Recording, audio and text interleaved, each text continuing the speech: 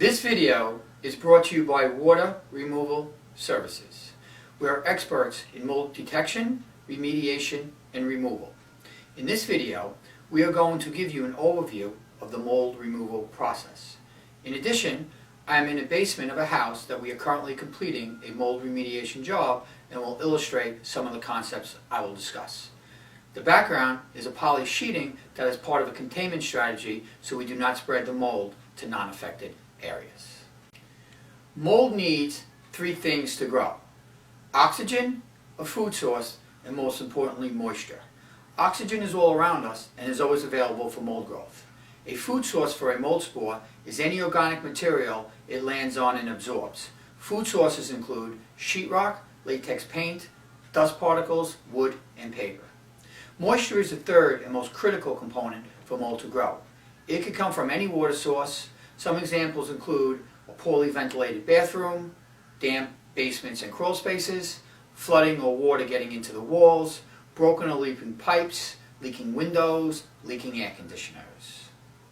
Obviously there are many others, but these are just some. Mold typically has a musty smell that alerts people to possible issues. Before starting any mold project, these general issues should be addressed. First, safety of the occupants and the individuals performing the mold remediation work. You should take all necessary actions to prevent cross-contamination or the spreading of the mold to non-affected areas. Eliminate the water source, which is creating the mold environment. Be sure to eliminate all mold with a process designed for non-porous, semi-porous, and porous materials. Porous is defined as the ability of a material to absorb water or for the water to penetrate.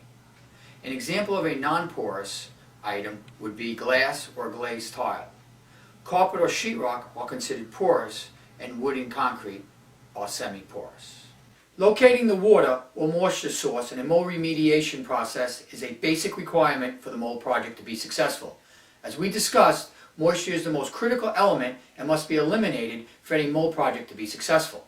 The moisture source must be determined and eliminated.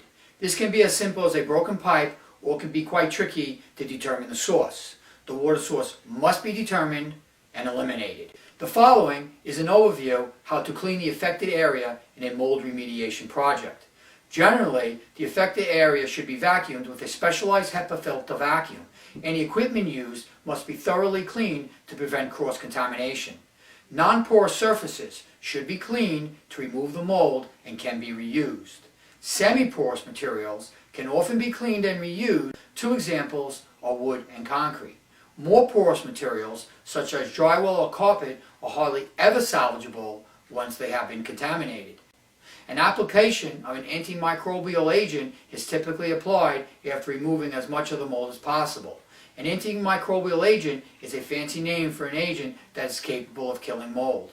The chemistry of these agents has advanced and they are quite effective and safe when used appropriately. I am now going to illustrate the concepts I have described on a project we are currently working on. Behind this poly sheeting is a bathroom located in a basement. The basement had a musty odor. During the high humidity period in the summer, the odor was so strong the entire basement had an odor that made it uncomfortable to be down there.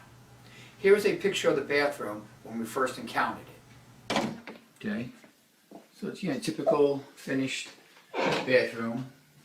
That's the light there, it's a little glaring. Okay, so it has a very big odor. In terms of appearance, there's not too much going on, but we do see what appears to be some growth. We'll know more after testing. Through a combination of sampling procedures, confirm the presence of mold. Locating the moisture source, then eliminating it, is an absolute necessity for a mold remediation project to be successful. The origin of the water was a vent for the dryer. It was not venting outside, but the moisture was venting into the walls. The moisture was contained in the insulation as well as the sheetrock. The dryer was in the next room and the moisture made it behind the walls in the bathroom. My best guess is this problem was going on for an extended period which contained the elements for mold to grow: oxygen, sheetrock and latex paint, the food source, and moisture, the most critical element that led to the mold growth that probably took months and even years to develop. Here is the picture after the remediation. As we discussed, the moisture got into the insulation and sheetrock and was a perfect place for the mold to grow. The insulation and sheetrock had to be removed.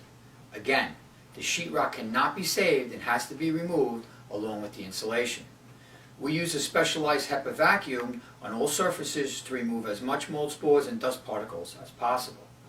All non-porous materials were cleaned and can be reused. We applied an antimicrobial agent on the remaining items in the bathroom. After the bathroom was completely dried, we used our HEPA vacuum again, wiped off the remaining items with a cloth moistened with our antimicrobial agent. I want to emphasize that we use specific protocols to ensure there was no cross-contamination in the cleaning process. The wood, a semi-porous material, was sanded, treated with an antimicrobial, dried and sealed so we can be assured there is no chance for any mold to grow. I would like to emphasize some important concepts as illustrated on this job. The amount of visible mold on the wall was relatively small, but the bathroom created an uncomfortable smell in a 900 square foot basement. After confirmation that mold existed, locating and eliminating the water source was absolutely necessary. It was quite tricky and took some detective work to locate and solve the problem. The sheetrock, which was contaminated, had to be removed along with the wet insulation. The mold was in the sheetrock, and an application of an antimicrobial agent would not have solved the problem. Additionally, the water source would not have been found and stopped, and the insulation and sheetrock was still wet, and mold would have continued to grow. A major concern in a mold remediation project is cross-contamination, or the spreading of mold from an affected area to a non-affected area. We have set up a containment area to ensure that cross-contamination does not occur. Mold growing from the bathroom to other areas of the basement. There are a variety of procedures we use to ensure we do not contaminate other parts of the structure. Some techniques to prevent cross-contamination include setting up a containment area, negative air, making sure the HVAC system does not spread the contamination, and double bagging effective items in the affected area as to not contaminate other areas. We use a variety of personal protective equipment to ensure our safety during a mold project. Some basic equipment include an air purifying respirator. Here is a picture of a half-face respirator, a full-face respirator, a protective suit with gloves. Of course, a respirator would be worn with the suit. Thank you for watching this video. I hope you have gained some insight into the mold remediation process. I want to emphasize that this video provides a general overview of best practice. Every situation is different, and professional judgment can influence specific decisions that are made on a particular job.